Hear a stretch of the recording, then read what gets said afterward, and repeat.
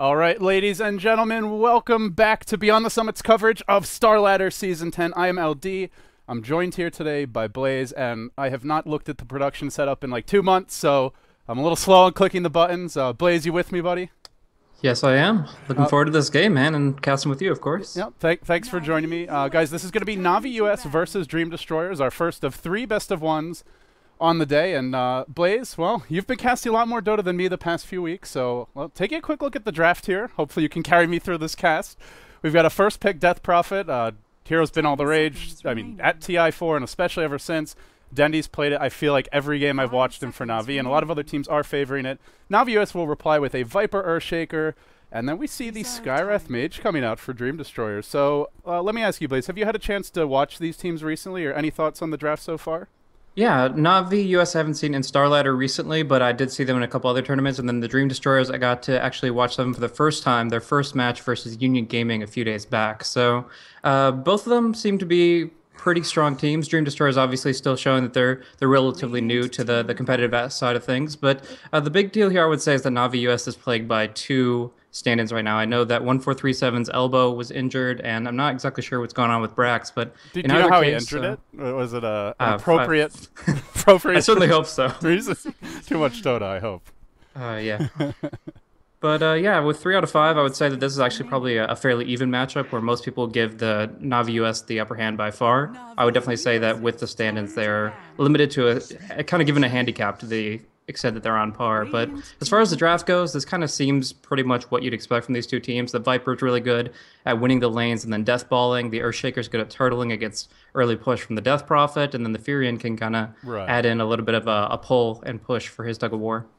All right, sorry guys, just getting in-game sound working. Apparently I have it off from the last time I was pubbing. Do apologize for that. Looks like we should be set there, and I might even have a draft overlay. Let's 10 see. seconds remaining. Is this the one? No, it's not the one. I'm going to have to get Zyori to fill me out. I'm failing horribly on the production. But, so they are playing with 2 stand-ins. We'll have to see how that affects Navi US. And, well, they're going to pick up a Prophet. So this hero has really been through the ringer as far as builds go, Blaze. I feel like that's the interesting thing to look at. You go back like 4 or 5 months ago, the Necro 3 Prophet was very popular, heavy emphasis on pushing. There was kind of the Bulldog evolution after that, where a lot of players were going for the Blink Dagger Maelstrom. He popularized that. And recently, especially with the European teams, we have seen the emergence of the Blade Mail Null Talisman build. PPD had some strong words about it, but it is very popular, especially with the European players. So I'm curious to see if Navi US actually go that route. But what are your thoughts on this Prophet pick, as well as just the evolution of the hero over the past month or so? I think it's really cool what people have been adapting to it. I mean, like you said, a few months ago, it wouldn't be far-fetched to say that 90% plus of Prophets build the exact same way. And now it's like if you build a Shadowblade in the hero, like you just get crushed because people know how to respond to it. People have learned to deal with Prophet the way it was used to be played, and they're trying to bring something new to it. So I love the addition of the Orchid Blink. I love the early Desolator Rush that sometimes we see, and obviously this Blade Mail thing is pretty new meta too. So in this case, I'm not sure obviously what build they would prioritize, but the damage really does have to be dealt pretty quickly to towers. If you get cornered in by a Skywrath Mage, he gets vision on you and is able to combo you, then you're probably out of luck if you're too close to a tower. So there's a lot of mobility in mind. You have to be very careful about how you approach things. So I would assume the Blink comes into play here, but we'll have to see. Yeah, and I do like the Centaur pick. He's a hero that, at least if you get up against the Nature's Prophet, it is a very nice matchup for Centaur. Difficult to be zoned out of lane. You get a fast level 6, and you can contribute pretty heavily. I guess the worry here is if the Viper and Centaur lane against each other, because if he actually skills Corrosive Skin, and then he's harassing you with the poison attack, there's going to be return damage back on every time he returns damage. He's also going to take Corrosive Skin damage, so it does add up pretty quickly. It's always an awkward matchup when you see it, but we'll see if they go that route. As far as the lanes go, the Venge comes out for Dream Destroyer, so 2 very good aggressive roaming supports, heavy on the burst damage. And they get a little bit of pushing power as well from the R here, which they don't really have much right-click damage, but I suppose it'll be nice with the Death Prof. You get minus armor, and the ult is physical. So they have plenty of damage here, I feel like, for Dream Destroyers at this point, but they're a little bit light on kind of crowd control and team fight outside of the Centaur. Yeah, but they're still a lot better in terms of crowd control than they were from the beginning of this draft. You saw the Yeah. Death Prophet, Skywrath Opener. Those are heroes that want enemies to be right next to them for an extended period of time, but have absolutely no way of accomplishing that other than the concussive shot. So getting the hard stun from the Centaur, from the Venge, that alone is actually contributing a lot to enabling Skywrath, enabling Death Prophet to really show their offensive prowess. So we'll have to see the utility of the Vengeful Spirit, see if she'll swap in. Hopefully not a hero like an Earthshaker who can just take advantage of being in close proximity, but maybe somebody that doesn't want to get caught out. The Furion, for example, if he's a little bit too far forward and doesn't have a blink or something, then they can really punish that, and that would be nice to see. But the Rubik is an interesting pick too. There aren't that many amazing spells to steal, but there are quite a few like above average ones. Obviously, the Death Prophet has her arsenal. The Centaur stun is much more cost efficient on Rubik, and maybe he'll be able to get a blink to use that. But spells like Stampede, spells like the Skywrath's Ancient Seal, those are the ones that you really want to pick up. Yeah, and they do ban out the Ember Spirit here in Navi US, and to be honest, they don't really have great lockdown for the hero. Only Earthshaker, Fissure, and Rubik Lift. You could maybe steal something good like the Death Prophet Silence or the Skywrath Silence, so I think in that sense it's a nice ban for them. At the same time, I would be a little curious how Dream Destroyers would lane it if they went for an Ember, since they've already got the Death Prophet and the Centaur. They could try lane the Centaur, run the Death Prophet mid. I suppose she can 1v1 against like a Nature's Prophet as well, but Navi US, they'll remove the Ember from the pool, and looking for their last pick here. So looks to be some sort of farmer, Viper and Prophet. Pretty flexible, I guess, with how they want to lane this. But what are you expecting out of the lanes here, Blaze? Do you see Navi US going aggressive, roaming a lot? What are you looking for with this last pick? Well, they're going to bring out the I Alchemist talked here. too long, and now it's an Alch. So Well, now that we have the last piece of the puzzle here, I would have to say that they are going to be putting most emphasis on the supports roaming around. There is actually a real possibility of a Shaker carry here. He could go safe lane and farm, and the Alchemist could roam with the Rubik. But if they do want to just roam around with the Earthshaker, then the Alchemist, of course, has his own great farming tools to really bring a lot to the table. I would love to see the Crit Shaker, though. yeah, the Crit Shaker is it's a Korok classic, and we saw actually it was so effective that some other teams started using it at TI. So it looks like they will be headed that way. Korok's picked it up, and it'll be a support Alch for Arise standing in. Very cool. The only thing with the Earthshaker is that I have seen him struggle if he doesn't get the right lane matchup. But looking at DD here, it looks like maybe a Death Prophet mid, which is not. She's not really a lane dominator. She can push and be annoying, but doesn't have the best harass. So Korok with Bottle Crow should be okay if he does end up going mid. And if he goes to the safe lane to farm or something like that, the Viper is going to be pretty good in the Death Prophet matchup, and then he has plenty of control. They can really just give him a hard #1 position. That would work fine too. The one thing that's a little awkward is like a lot of the times you still see, even though it's going to be a right-click build long-term, that the Earthshaker still picks up a Blink Dagger pretty early. But that's going to be frustrated by a lot of the skills that DD have, especially that Haunt, and kind of disabling a lot of mobility on their side. It might force them to go for a little bit of a different build-up. Yeah, the only issue is going to be I guess the laning here, but they have the Skywrath Venge, which is a very strong bursty combo. So it's especially against a hero like Alk, who's got very low base armor. Rubik, not particularly tanky either, and especially with the move speed being below 300. I feel like these two supports have to be very careful about their positioning. If they try to go aggressive on Spectre and either gets caught, they're just flat out dead to the Venge Skywrath combo. Now, this is an interesting role swap for DD. Like I said, I cast them about 4 or 5 days ago, and they had a completely different role set. Fanny was running solo mid 100% of the time, and it was Bloody 9 to run a supportive role alongside B-Kid. But in this case here, I can't imagine it's a supportive Centaur. It is going to be a core hero, and we'll see exactly what he feels he can accomplish with it. For now, they're going to go for 5-man movement, but I would expect it to be the offlane Centaur to make sure that Spectre has a really good laning experience down bottom. Well, and with that said, we've got time to introduce the teams here, Blaze, since we have another pause. Wouldn't be NA Dodo without it, and let's run through the rosters. On the Radiant side, we have Team DD, Bloody 9, apparently a stand-in because he's not on the team roster, I suppose. Justin playing the Spectre. That'll put Systemus Net to the Death Prophet, Fanny on the Vengeful Spirit, and that does leave B-Kid, who I remember from Heroes of Newerth, actually. I'm trying to remember who he played on. Man, that was a while ago, on the Skywrath Mage, so it'll be my first game back in 2 months and my first time casting DD, so excited to see how they match up against the TI4 competitors in Navi US, albeit, like you said, with 2 stand-ins. Yeah, it'll still be a pretty interesting match nevertheless. We'll have a reconnect coming in. For a quick introduction of Navi US, we're going to be looking at Snaking running on the offlane Prophet with the Boots First buildup. We're going to have a supportive Alchemist, I believe. Actually, it might be a solo mid Alch, considering the Tango pool. Yeah, that's going to be solo mid, a Rise So Alchemist. is this is a support shaker then? It's not actually Okay. the core shaker that we were talking about earlier. We'll just see how much CSE snipes maybe transitions into core anyways. He's just like, you're not carrying hard enough. I'll jump into the role. I have Either not way, seen for now, Korok play support in I can't even remember ever seeing him play support actually. So yeah. this will be a treat. Well, takes a skilled Dota 2 pro to be able to play every single role at a relatively competent level. So we'll see how he performs in that. I'm sure he's practiced it a bit. Anyways, Nestle's going to be the stand-in playing on the Viper, and that is going to leave Fogged to pick up the Rubik in the supportive sense. But yeah, putting a lot of two of their core players on supports really shows the emphasis of the early game here. Yeah, with that being said, the lanes are going to get underway. The unpause is here, and we see a Radiant Observer Ward spotting out Fogged, so his movements will be plotted. Let's see, is he going to try and hide in the secret shop? He's kind of dancing around, just scouting for the Centaur.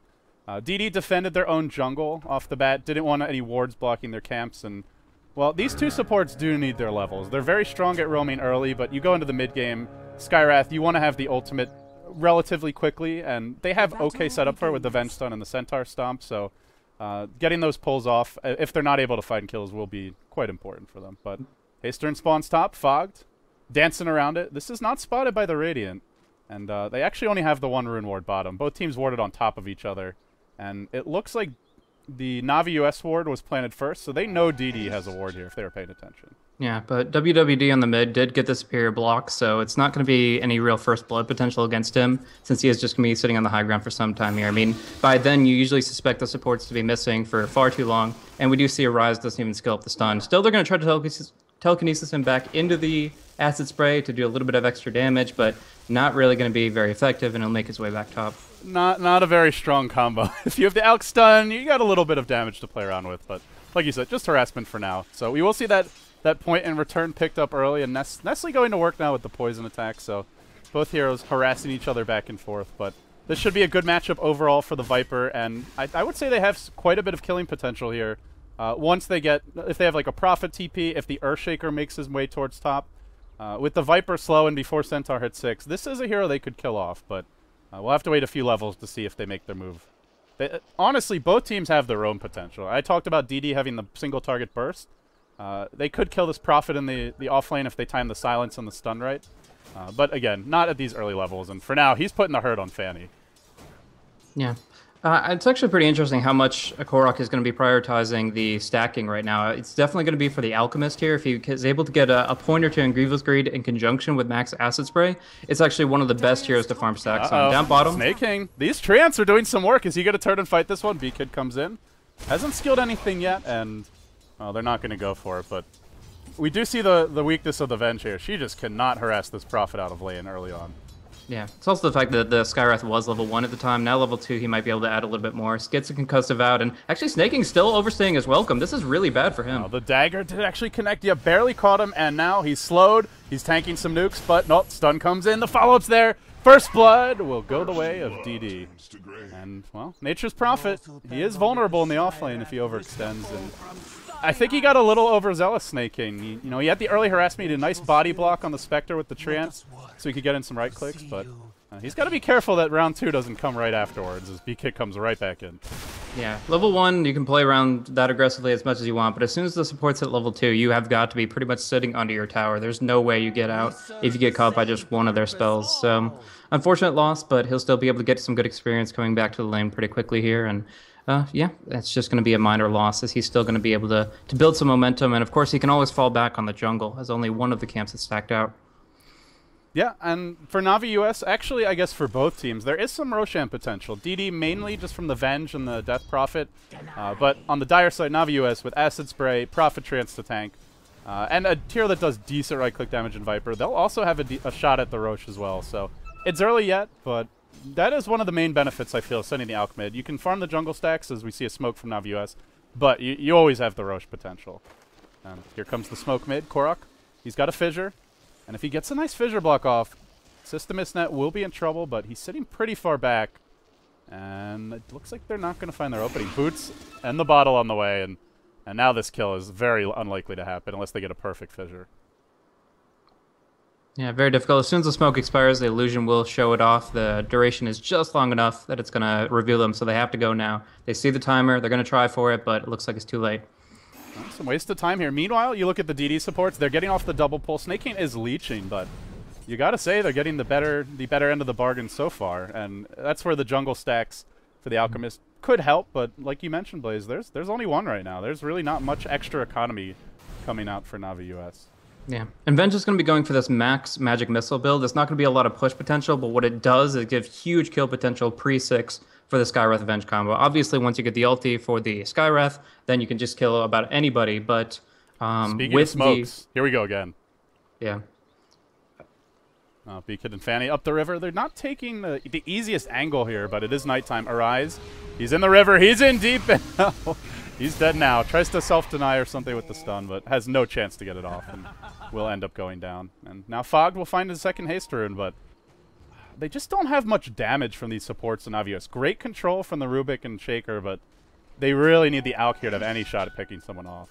Yeah, the Earthshaker's pretty item dependent, needs a better mana pool, and the Rubik is very level dependent. They're still going to go for the Fissure here, but they're going in like 2 versus 3 if there's some resurgence, and B-Kid looks to be fine. Fog has to be careful. Well, actually, he's going in on B-Kid, but the Haster might be able to run him down, but he has to be careful about the nukes coming back the other way, and Systemus Net snipes him as he runs up the hill. Really trying to force the issue, and that was just a low percentage play. When you're near mid, you know their death profits in the neighborhood, and in the end, pays the iron price. Yeah, they're going to just keep the aggression rolling with Arise smoking behind. At least they'll be able to get the kill on Centaur, most likely. He doesn't have get Stampede revealed, or anything. B-Kid spots him out, and this gank is going to be a lot more difficult. Bloody Nine's not level 6, though. Alk stun comes through. The follow-up's there from the acid spray, but Arise is being driven off. If they can get off a double edge or a stomp, they might be able to get a kill, and they find Snake King low. Not dead yet. He will fall. Now Fanny being pursued out, and one more Viper auto attack will secure the kill. Navi US now will look to use the Prophet offlane to transition into a tower, but with this spammed Korok, will he fall? He's low. It's close. Not enough. Barely able to live through that one. And I think the big thing here, Blaze, is DD do at least defend their tower. And that was a big investment to get that kill in the offlane. Yeah, 4-man movement there. Finally, Navi US gets some points on the board, but the entire time, Justin's going to be able to farm it up. Still not on par with the Viper CS. He's 27-5 right now, but just any gold on the Spectre is going to be so much more relevant come mid-game than any gold on the Viper. It's just a very dense hero as far as his scaling potential. So we'll see what Justin turns it into, but any breathing room he can get is going to be pretty much their lifeline throughout this game. Yeah, in terms of raw damage output, if this goes late, you really have to favor DD now. I guess the X factor is going to be Earthshaker in a big team fight if he gets the perfect Blink Echo, but generally speaking, Navios does not want to be just letting Spectre and Death Prophet free farm, which they basically are right now. They're both sitting around 30 CS, and generally when we see Spectre pick, teams try to shut him down in the laning stage or just pressure the other lanes really hard to make up for it. But overall, Blaze, Justin's been left unchecked, and I think the bigger issue is there hasn't been anywhere else where Navios has really punched a hole in the DD defenses or punished the Spectre pick.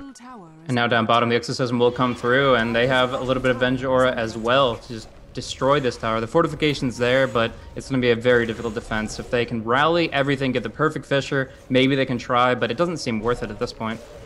Arise is sitting on the sidelines. He will drop Acid Spray from around the corner. Korok in position for a Fissure deny attempt, but they're spread out nicely. He can't Fissure everyone, so B-Kid gets the last hit. Beautifully done on the Skywrath. Nice spread overall from DD, and, well, the trade is attempted, but already they're on the defense. Death Prophet TP's top. Will they bring anyone else in? Navi US just don't push very quickly yet.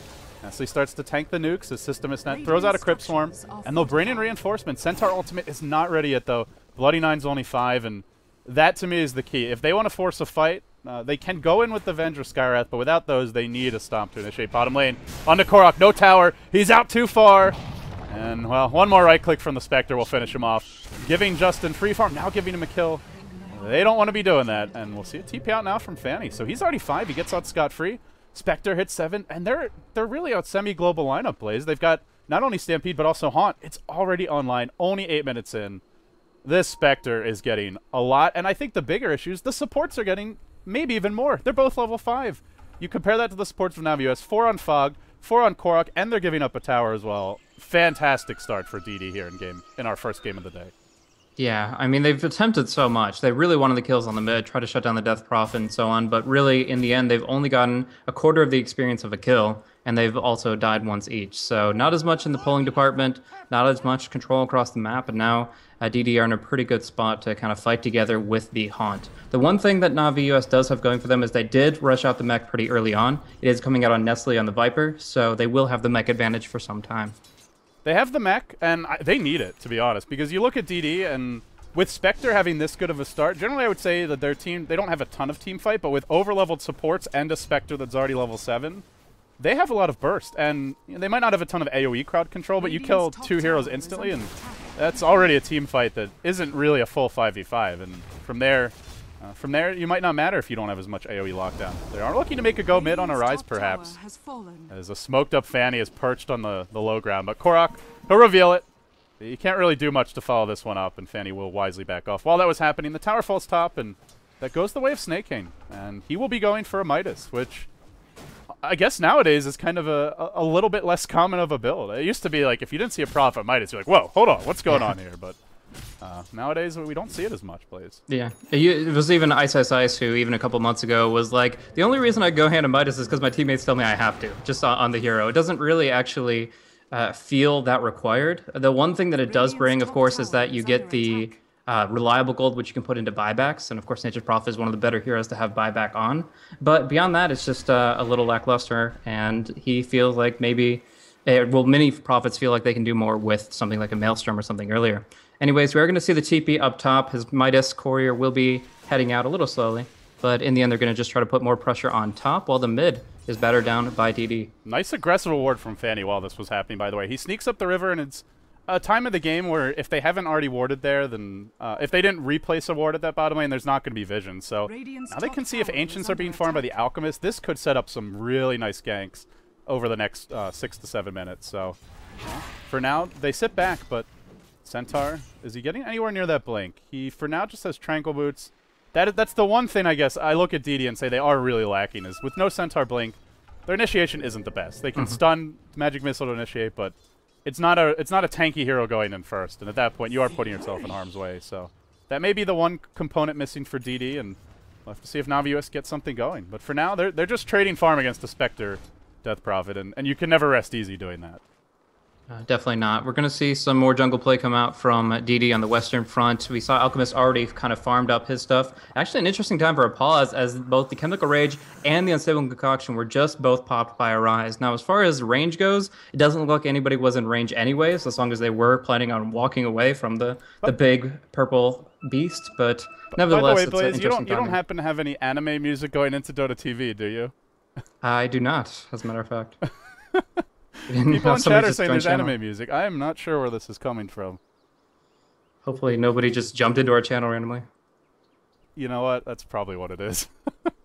Because I don't have anime music playing. Yeah. If you don't, it's got to be a third party. Guys, I apologize. I did not police my channel properly. And I don't know if I can even tell at this point who's in there. There's like... Is there any way to see when you're in a... I don't think you can see who's in your channel once the game starts. No, one of the Dota TV viewers can see it pretty clearly because they'll see a third individual talking, but that's all I got. All right. Well, guys, my bad.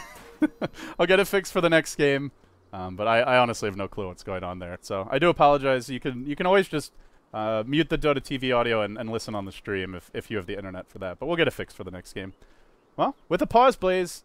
I'm feeling real good if I'm DD right now. Not to say Na'Vi US can't turn this around, but when you draft a Spectre and a Death Prophet, two fairly farm-oriented and inactive cores for the laning stage, and you don't get punished, you got to feel good about that. And we hit the 10-minute mark.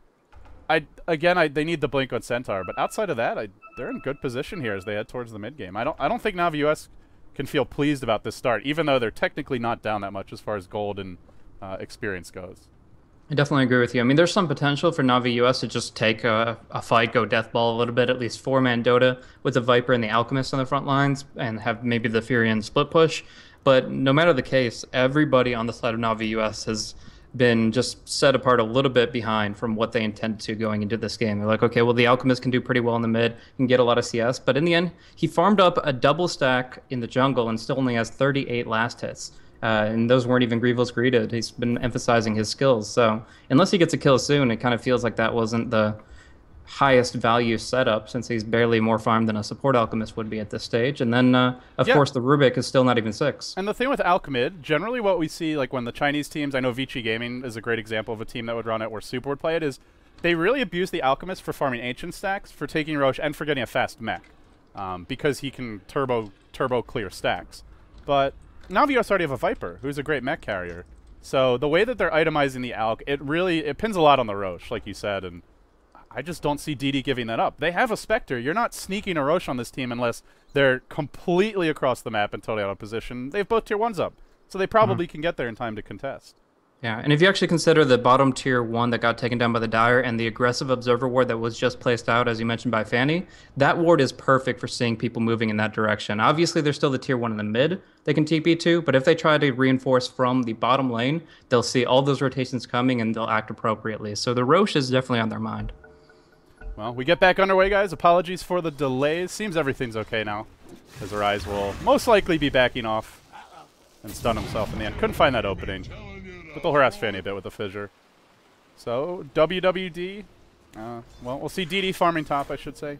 Is WWD part of his name, or should I be calling him? I've been calling him Systemus Net, but I don't know if that's his sponsor. It is WWD. He used to play with IX Mike and Fluff. They had a team called Wild Wild Witch Doctors. I think it's just his initials, honestly, but it is WWD. Okay. My apologies, guys, for getting that wrong, but bottom lane, Justin gets caught out. This is a big kill on the Spectre. And with 4 heroes bottom, that's what they needed. And they're looking at a tower. If you're on DD right now, you just want to trade immediately. Go for something with the Death Prophet ult. And she will head down mid, but I think they're going to be too late for this. They can pop the Exorcism. Glyph is actually not available yet for the Dire. Cooling down in 10 seconds. And they will go for the Exorcism tower trade now. But already Navi US has taken one, and they may be able to defend effectively. Big kill on the Spectre. And he's actually a lot of their teamfight potential at this stage of the game. I don't know. Until Rubik hits 6, I'm not really comfortable with this. Once he gets 6, he's going to be able to steal Crypt Swarm, and that's going to enable them to bring a lot of counter push in conjunction with the Acid Spray. But for right now, Fog is just barely off the mark on that. At least they're going to prevent the Exorcism from doing too much chip damage on the tier 1. Here comes B-Kid. He does have his ultimate ready, but not much setup for it. Outside of the Venge stun, your Centaur, no Blink Dagger yet. So he's really got to just aim it right and hopefully catch someone off guard. As Prophet comes in mid, they're looking for that Sprout initiation perhaps, and they'll find WWD, then Fissure to follow up. They lift him out of the Sprout onto the other side, just caught in an Alch stun, and it's just a beatdown in the middle lane. Easy 5-man combination. They'll get the kill. And DD just aren't really forcing anything, Blaze. They had a nice start, and they got the early Spectral, but they haven't been making moves to pressure since the laning stage. And finally we see Navi US start to group up and start to just take action as a team. Yeah. I think that's the bottom line, is the group play that's been from Navi US. They say, okay, we keep getting picked off by ourselves. Let's move together. The Viper's the only one that's really been by himself, and he's got 3 in Corrosive and a mech. So it's very easy for him to survive and feel comfortable in that. Now, there was an Observer Ward on mid that saw the 3 or 4-man rotation from Navi. The only thing that he didn't see coming was the Furion, and obviously that was what started that catalyst of action. Yeah, it was funny because Snake King, I don't think he was really going for him at first. He ran over, made trees, then he's like, oh wait, we can get this kill. Turns around and sprouts him. So definitely felt like there was time for WWD to back off, but gets caught out, and now for mid. They'll look for a kill here, but Navi US are sensing it and will back off. Yeah, it just comes down to range of initiation. The Centaur cannot get in close enough proximity. They want to use the Stampede in the fight, not to start the fight, because by then it'll be essentially over and all they get is proximity on 1 of the 5 heroes. So they really do need that blink, but it's taken Bloody Nine quite a long time to farm that one up. 35 CS himself, and yeah, until that's involved, they really can't do anything. Hopefully they'll see this Roche coming. This is big though. Navi US just took 2 towers and a kill on the Death Prophet as well as the Spectre. So both cores who were free farming, not the case right now, and now they look towards Roche. If they get this, then they've pretty much climbed all the way out of the pit from the slow start they had in the laning stage. And you got to wonder if DD are squandering their lead. They smoked and head towards mid, but Bloody Nine just barely gets revealed, then backs off in the end, and he will not find an opening. They're not even sending the Viper in for this. The mech's outside the pit. They're not committing too many heroes, and DD just have no clue. This will be an easy Roche. Yeah, pretty big kill there to take that down, get the Aegis up, and we'll see who they end up putting on. I presume, well, the Viper's not even in the pit, so it has to be on the Alchemist. That was a freebie. This is where the medallion pays off for the ALK. If you get it, if you get the medallion and then the other team are the ones applying pressure, taking towers, it's not a very... It's still great for the damage on the stun, but generally at that point they all tank up.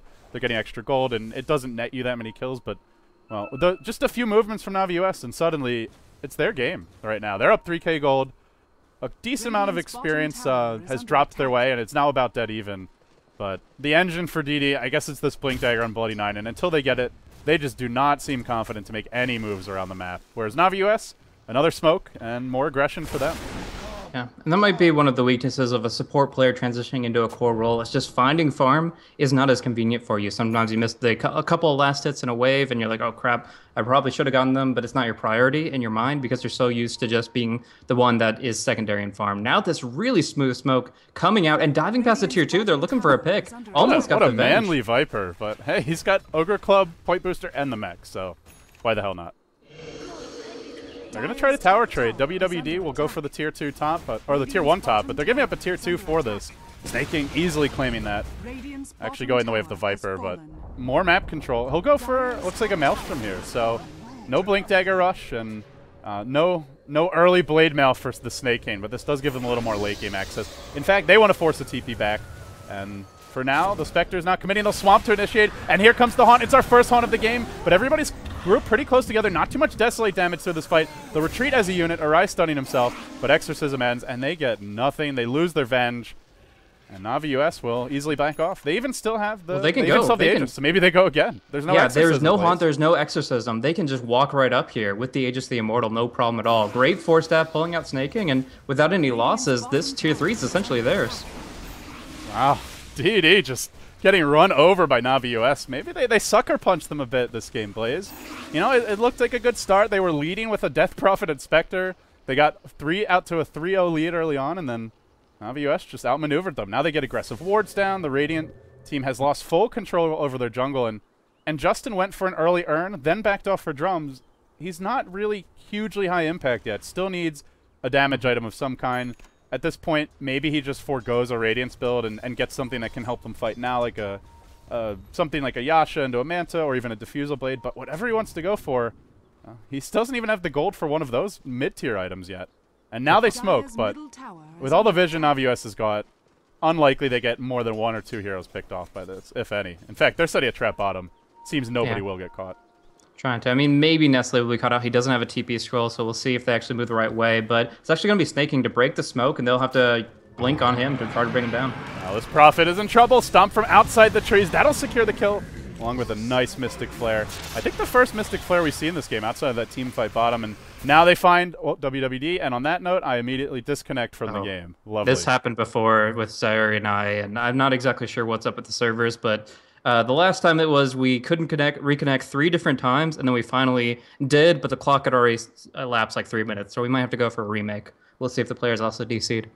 So you disconnected as well? Oh, yeah.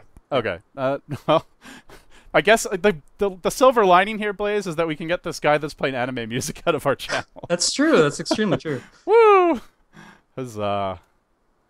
Well, guys, thank you for joining us today. We've got 2 more games coming up after this one. We're going to see Fear play his second game of Star Ladder America. He was quick to correct us, but Fear, if you're listening, I just want to let you know, buddy, your own team said it was your return, so, you know, take it up with the EG management. But coming up next, we have EG versus NOT, and then following that, as I am back in the game now, we have Shadows versus Union Gaming. So, should be a good slate of games for today, and I get to get my feet wet with casting again, man. I'll tell you, I'm rusty as hell, but thanks for supporting me, my friend, or carrying, as it were.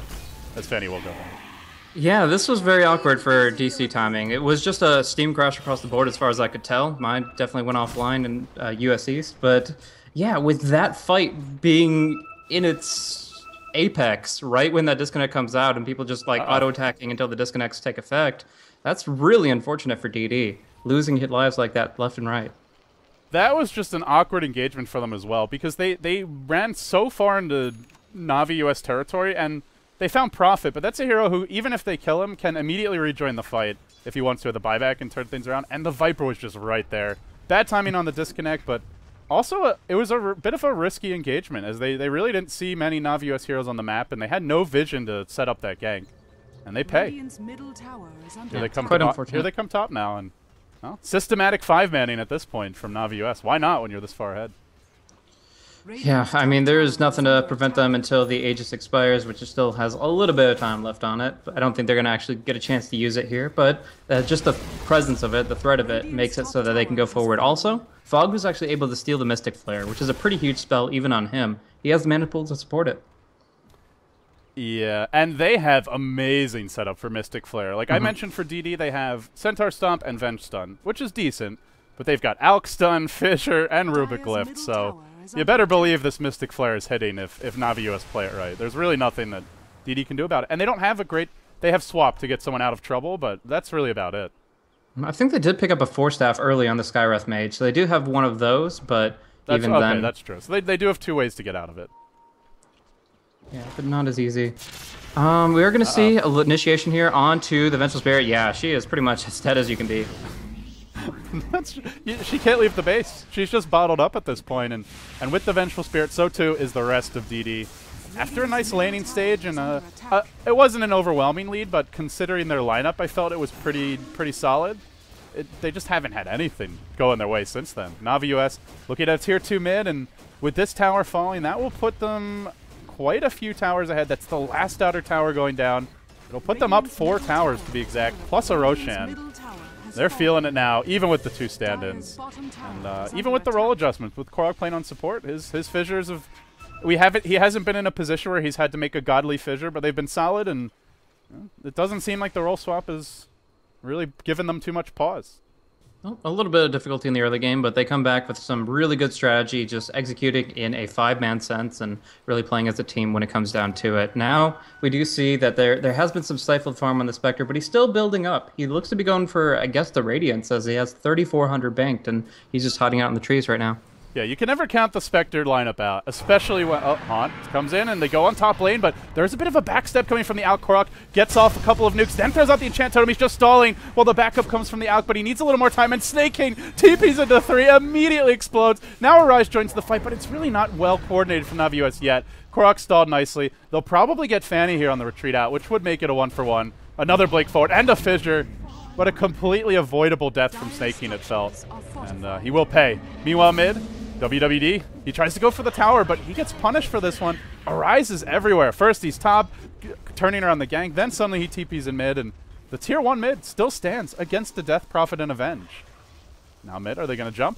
Looking for it. They'll find the Stomp initiation. It's onto Arise. His ult's down. They throw the Sky with Mystic Flare, but he gets 4-staffed out. And, well, actually 4-staffs himself out, I should say. We'll make it out safely.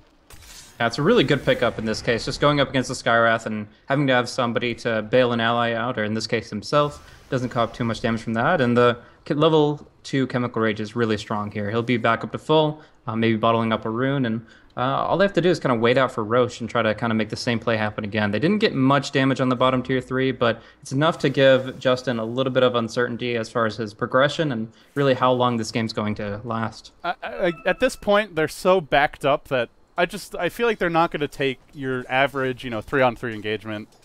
They probably just have to go for the Radiance, honestly, and he certainly is headed that way, not spending his gold by now. Could have gotten Yasha, could have gotten most of a Diffusal Blade, and, well, he'll have the Relic soon. If he can get the Radiance, that interrupts Korok's ability to jump in, and Snake King going for Blink against a Spectre means, well, his Blink won't help him in the team fights too much, at least not to retreat if he needs to do so. This could still turn the game, Blaze. Navi US, they're ahead, but not overwhelmingly so. And they don't have the kind of lineup that can just get a lead and just flat out win because of their draft. They need to keep the pressure up, and your Spectre is slowly but surely just grabbing whatever farm he can. By the way, guys, I'm aware that there's apparently some sort of otaku music or anime music playing in the channel on the Dota 2 client. Apologies, someone must have snuck into our broadcaster channel. We'll get it fixed for the next game, but you can't evict people from your channel after the game begins, so that's my bad. Fire LD, Flame LD, first day back, that's my excuse. Here they go top, please. Oh, can't find Snake in, he'll back out. Oh, and he even blinks out. That was such a waste. I mean, it's only a short cooldown, but right now, Bloody Nine can't even farm aggressively without the Stampede available, and he's immediately TPing back home, does not feel safe, so he is close to this mechanism, but not just there yet. And it just feels so weak. Until they get the Radiance, they're really backed up, and they are having some real issues being comfortable in some full engagements. So, but Roche respawn in 1 minute 48 seconds. That's the timer for Navi US to get a couple of extra items and then move in for the kill. And Navi US, yeah, I think like you said, just wait for the next Roshan, and then they'll look to force something bigger. They're really tanky on the Viper at this point.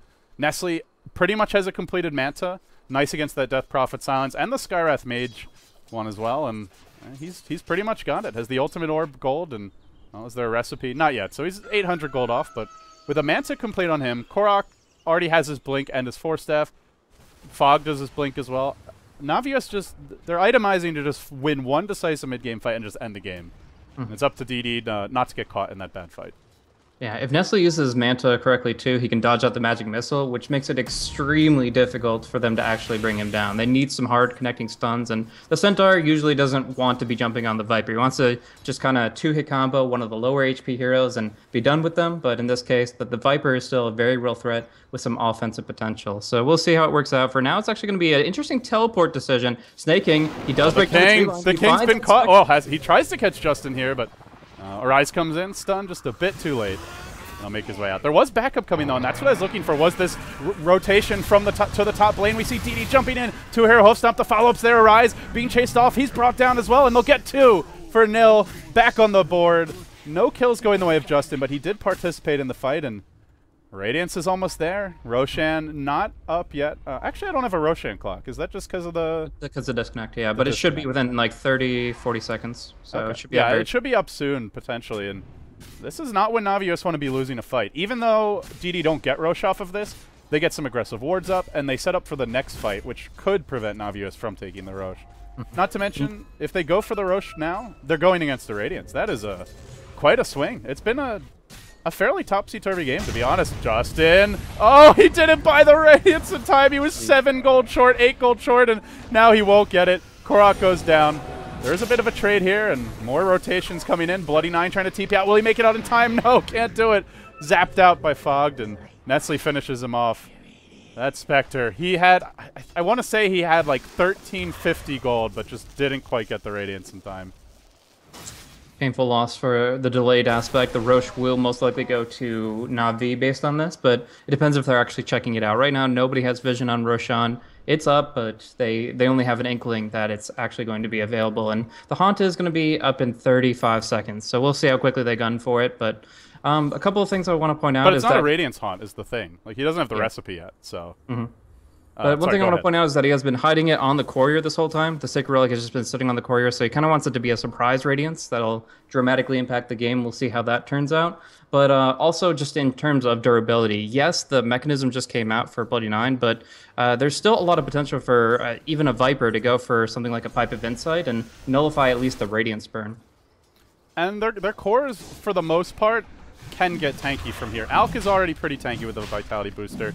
Viper is already a beast with the Manta and the Ags, and Earthshaker are pretty naturally high base HP. Your Prophet has gone for more of a Glass Cannon build, but now Snaking backs off for a BKB. So, like you said, if he goes Pipe, hell, even if he doesn't, the Radiance is not the scary threat that it is, the same threat that it is if you get it, you know, at 20, 22 minutes and your team's winning. And well, it can still turn the game for sure, but more if Navi US make a mistake from here.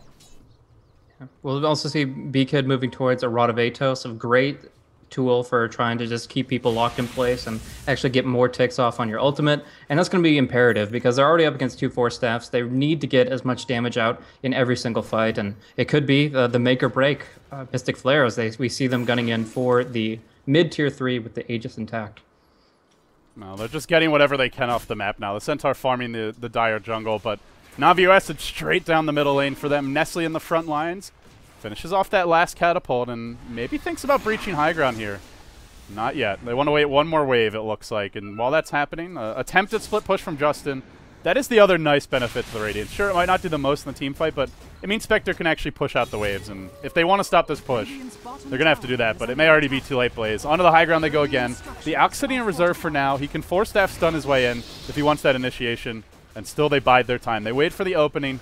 Navi US will start to harass Systemus Net. He's going to have to use that Yule Scepter soon. He still hasn't done it. He gets it off just in the nick of time, dodging the fissure. And now the turnaround comes. There's a haunt in, and the follow-up is here. Nice Skywrath Mage ultimate, doing good damage, but not enough. And they still haven't burned the Aegis. They got to kill Nestle twice. They've done it once. Can they do it again? Snake King BKB down. They've lost 2, but 1 comes back now, and it's time for round 2. Good stop, but the turn is here from Korok. He Echo Slams his way into the fight, but hasn't finished the job yet, but this gives the Viper space. Maybe enough time. Not the case if WWD can turn it. He chases Nestle out. He's brought him low. Finishing him off with one more right click will do it. And now Fanny comes in. He's bought back, wants to get an extra kill. Can't find the opening yet. Now it's Arise, who's overextended, gets caught out by the Death Prophet, goes down as well. And it only cost them, well, actually it was 3 buybacks plays, so it was pretty expensive. But they get rid of the Aegis, they kill 4, and most importantly, they hold the base.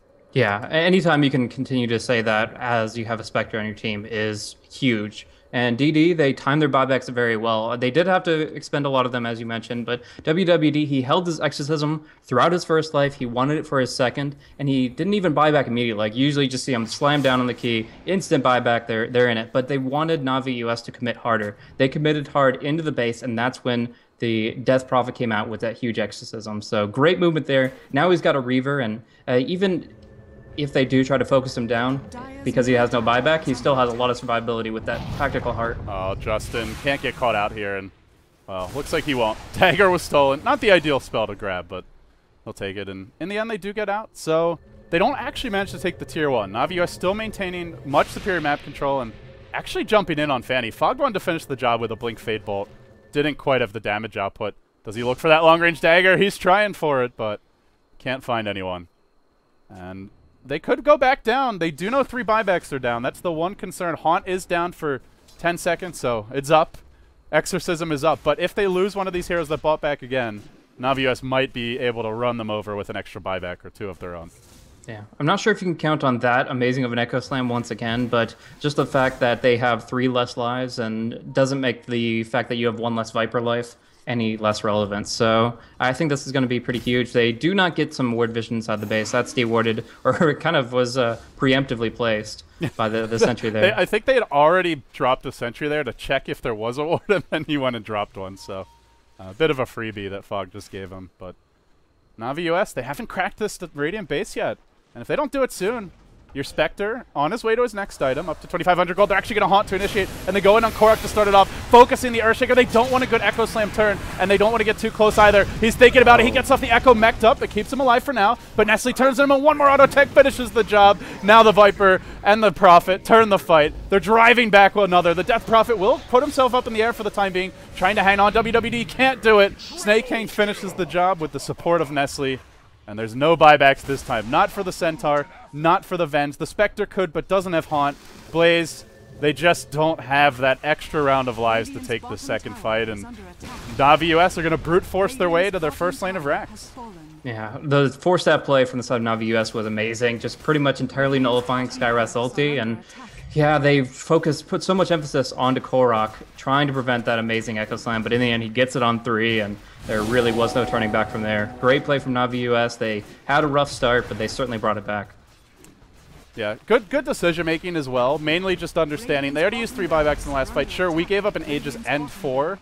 And if we just leave it at that, not having broken base, that's honestly a pretty good trade for DD. But because they have the better late game lineup. But just recognizing, we just go back down mid. And even if they have Haunt Exorcism, if we just get that 1 pick off the start, we're in trouble. So 1 lane of Rex down, but can they finish the job? They force back B-Kid. He's dropping low to the Viper ultimate. He will fall. Snake King's still alive for now. The chase goes the other way, and they do finish him off. That's a big streak to end, but the tier 3 is exposed mid. And now Justin on the back foot. Korok coming in. Will fissure him. Not committing just yet. There's actually a swap across that fissure as Fanny charges in, trying to support his Centaur, who's really gotten himself into a pickle. Jumps in way too far. They lose 3 for that. And it looks like this will be the end. Snake King just trying to harass out WWD. Can't kill him, but doesn't need to either. We'll look for the range racks. And now the Sprout, well, maybe a couple more kills before this one's said and done. WWD will fall. Arise looking for a stun. Justin will oblige, runs right back in. And, well, that's 2 lanes of Rax plays. This looks to be the end for DD. Yeah. Their first matchup of the day for Star Ladder America. Death Prophet has so much raw HP, but she's lacking armor, so they chew through her anyways really quickly with Medallion, with Acid Spray, and the fact that she has practically a heart doesn't make any difference. Nice Haunt coming through, a lot of potential damage here, but it's not going to be enough to fully repel them. Popping the BKB, Snaking's right back in it. And your Spectre didn't actually find the Rubik kill. He's barely surviving. Now Juster runs back in. He gets finished off, and Fogg escapes with his life. That's painful. They'll buy back. I mean, why not at this point? Your base is in shambles. This is going to be 3 lanes of Rex. Mega creeps are on the way for Navi US, and they've got to have at least an extra 10, 15k gold in the pocket after the past few minutes, but they might not even get to spend it. Fanny throwing his body in. He'll pay. Now Arise, maybe going to self-stun here. Does he get it off in time? Double Edge is there. Just barely gets it off at 0.5 seconds. He releases it, and that's going to turn the fight. Finishes the job. Now Arise on the back foot. He doesn't have the Force Staff out, and the ultimate has ended, so no heal for him. Justin will finally clean out the base. Looks like they'll wipe Navi US, but the damage is done. The base has been shambles. There's really nothing left at this point. And when those last few kills, GG. Not often you see the Spectre triple kill and then the immediate concede come out, but it's triumphant fair. Buyback from Arise to round things off nicely.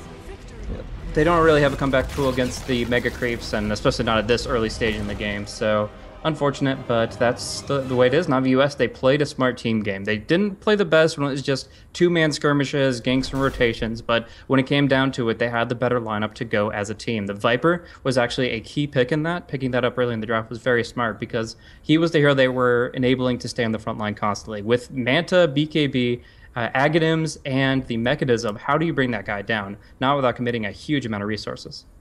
Well, guys, with that being said, that wraps up our first game of the day, but we've got 2 more headed your way. You're watching Star Ladder America, brought to you by Beyond the Summit. I'm LD. He is Blaze. We will be returning, and I believe it's about 15 minutes for EG versus NOT. Stay tuned.